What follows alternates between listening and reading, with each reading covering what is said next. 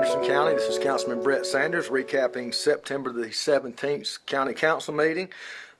Ordinance third reading, we had sewer right-of-way that the city requested from the county, and it's basically to allow them to do some repairs and upgrades to their sewer that goes into Generostee Creek Plant, and that is over next to PAWS. So that was second reading on that, and then we had second reading on a project for Greenville County, and it was to put it in the industrial park, which the industrial park is really a legal term, and it allows any of Greenville's projects that they put into the park. Anderson County gets 1% of the tax revenue generated, and it's likewise reciprocal when Anderson puts something in the park. So it was just a project to help Greenville County out, and the taxpayers here will receive 1% on Greenville's tax revenue based on that project. So glad we could help Greenville.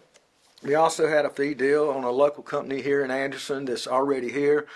They're spending $7.5 million. They're creating 89 jobs with an average pay of, I think it was $20.78, with the top 49 jobs paying over $27.58, and entry level walking in first time hire in is $19.68. So that's a good starting salary for someone just receiving a job with the opportunity to work up and expand. I know last year's taxes on that property our property taxes were like $3,300.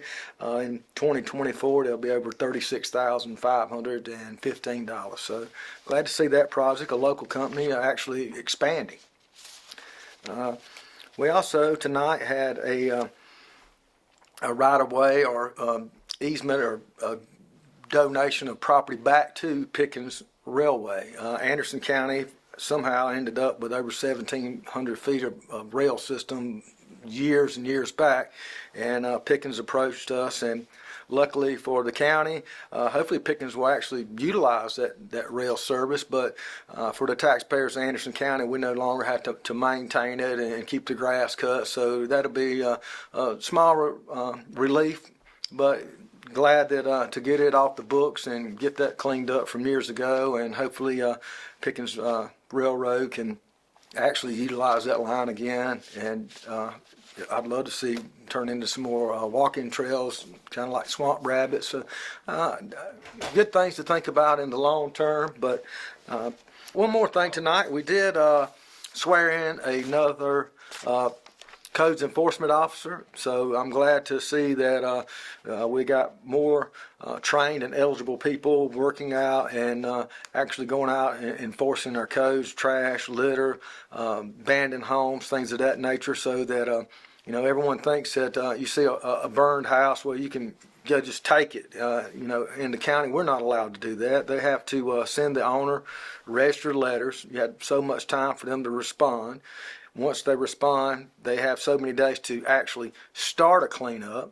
Well, they may go out and cut the grass and say, hey, well, we started, and then the process starts all over again. So hopefully these code enforcement officers can get out there, issue some guidance, number one, to show them how and what they need to do, and number two, if they don't comply, fine them.